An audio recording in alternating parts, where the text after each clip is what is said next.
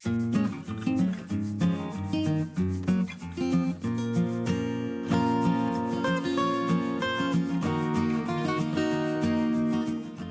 część Świętokrzyskiego charakteryzuje urozmaicona rzeźba terenu i duża lesistość. O walorach historyczno-kulturowych obszaru świadczą zabytkowe budowle sakralne i świeckie, zabytki techniki i stanowiska archeologiczne. Zapraszamy do obejrzenia wybranych atrakcji turystycznych Opatowa, stolicy polskiej porcelany Ćmielowa oraz neolitycznej kopalni krzemienia pasiastego w Krzemionkach, które możecie zobaczyć w ciągu jednego dnia.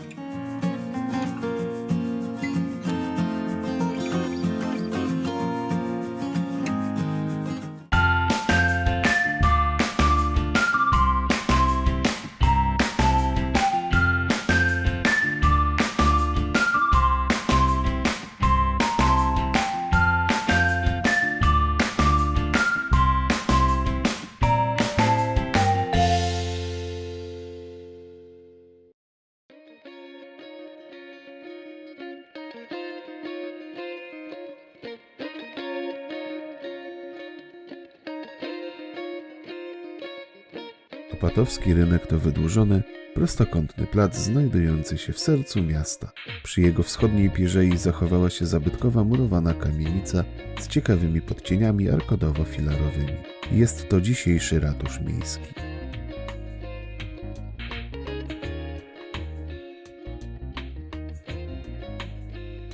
Brama warszawska w Opatowie to jedyna brama miejska zachowana do dziś.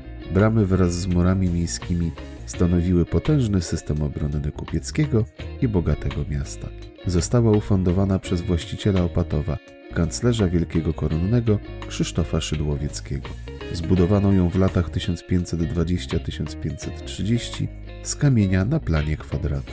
Obecnie brama warszawska to budowla dwukondygnacyjna, zwieńczona attyką stylizowaną na renesansową. Ponad arkadową bramą wjazdową widnieją dobrze zachowany herb rodziny Szydłowieckich oraz obraz Matki Bożej zawieszony tu w 1922 roku w rocznicę Bitwy Warszawskiej.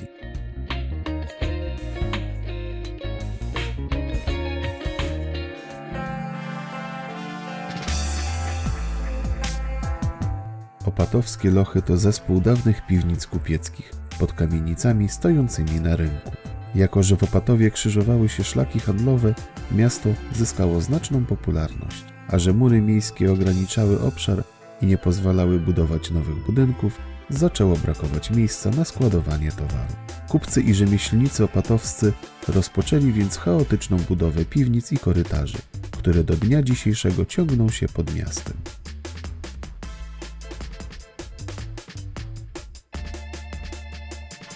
Po latach, gdy zabytkowe budynki opatowskiej Starówki poczęły w tajemniczy sposób pękać i niszczeć, na ratunek ruszyli naukowcy z Akademii Górniczo-Hutniczej w Krakowie. Jednocześnie z renowacją powstał plan udostępnienia podziemnej trasy turystycznej.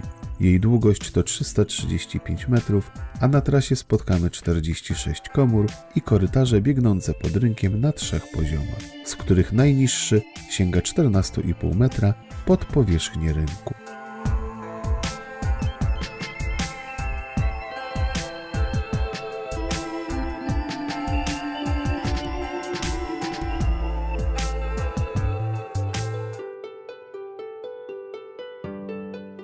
Kolegiata Świętego Marcina w Opatowie jest jednym z najcenniejszych i najlepiej zachowanych pomników architektury romańskiej w Polsce. Jej znaczne rozmiary i wysokiej klasy wykonanie zdecydowały o czołowej pozycji na liście zabytków. Nieznany jest jej rodowód historyczny, a niezwykle skąpe przekazy i informacje nie pozwalają na jednoznaczne określenie ani fundatora, ani inspiracji do stworzenia tego dzieła. Tylko w oparciu o możliwość datowania form detalu architektonicznego można przypuszczać, że czas wznoszenia kolegiaty przypadł na połowę XII wieku. Wybudowana w stylu romańskim świątynia zawiera wiele elementów gotyku oraz późniejsze renesansowe i barokowe szczegóły. Kościół jest trójnawową bazyliką z transeptem, 2 wieżami oraz 3 apsydami. Nawa główna budowli pochodzi prawdopodobnie z XVI wieku. Pokryta jest późnogotyckim sklepieniem kolebkowym. Zastąpiło ono pierwotny drewniany strop. Wnętrze kościoła pokryte jest polichromią barokową z XVIII wieku w kolorystyce błękitno-różowej i nadaje wnętrzu bardzo specyficzny klimat. Na ścianach prezbiterium widnieją malowidła historyczno-batalistyczne.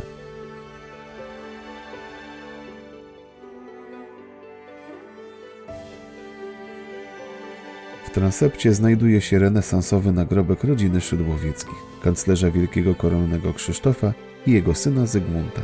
Poniżej leżącej w zbroi postaci kanclerza znajduje się renesansowa płaskorzeźba wykonana w brązie, przedstawiająca tzw. lament opatowski. Płaskorzeźba przedstawia 41 postaci opłakujących zmarłego kanclerza. Pochodzi ona prawdopodobnie z 1541 roku. Obok niej znajduje się nagrobek córki kanclerza Anny, wykonany z węgierskiego marmuru.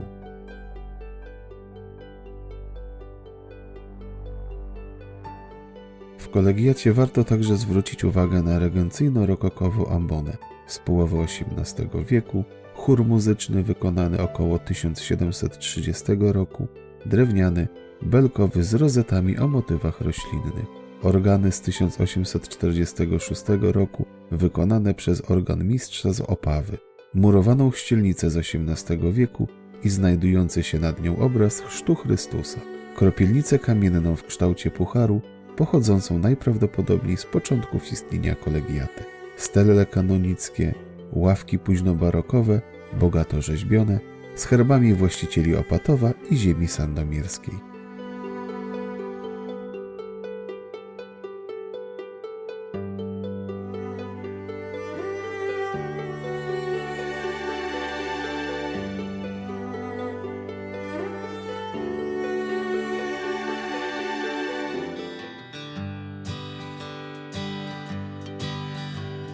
Śmielów to stolica polskiej porcelany z tradycjami sięgającymi 1790 roku.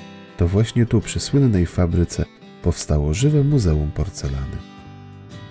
W muzeum możemy prześledzić proces produkcji od projektu po gotowy wyrób, zobaczyć współczesną kolekcję ćmielowskiej porcelany lub uczestniczyć w warsztatach. Na hali fabrycznej znajduje się wielki piec, w którym jeszcze kilkanaście lat temu wypalano porcelanę.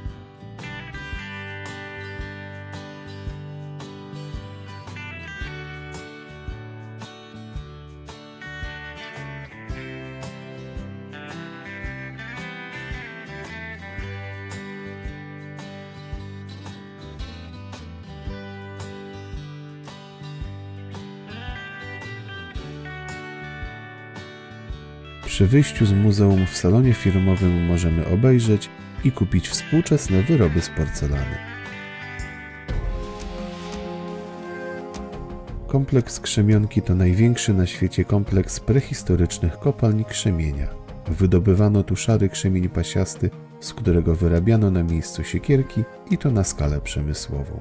Na zwiedzających czeka tu naziemna i podziemna trasa turystyczna, rekonstrukcja osady górniczej i niewielkie muzeum w budynku głównym. W trakcie zwiedzania możemy prześledzić wszystkie techniki pozyskiwania krzemienia. Od prostych jam po duże, skomplikowane kopalnie osiągające głębokość 10 metrów. Najciekawszą częścią trasy jest jej fragment poprowadzony pod ziemią. Obecna podziemna trasa liczy prawie 500 metrów długości i w najgłębszym miejscu sięga 11,5 metra. Umożliwia obejrzenie zarówno świetnie zachowanych wyrobisk pradziejowych kopalni krzemienia, jak i zapoznanie się z geologią regionu. Podziemna trasa turystyczna w Krzemionkach jest jedynym tego typu obiektem na świecie, otwartym dla szerokiej publiczności.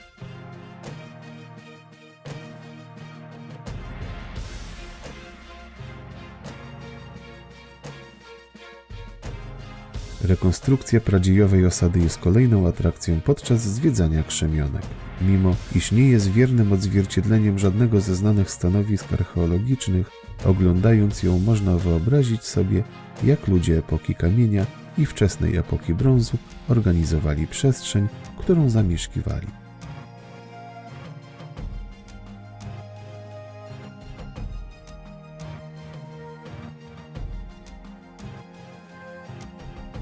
Celem wystaw w głównym budynku jest prezentacja efektów badań archeologicznych prowadzonych w ostatnich latach w Krzemionkach.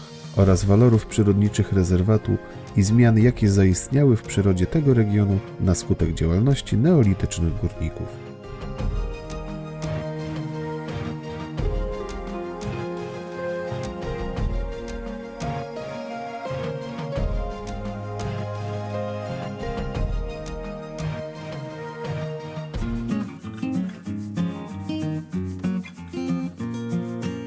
Wschodnia część Świętokrzyskiego to jeden z najbardziej niedocenionych turystycznie regionów, jednocześnie obfitujący w niezwykłe atrakcje, które warto odwiedzić podczas podróży po Polsce.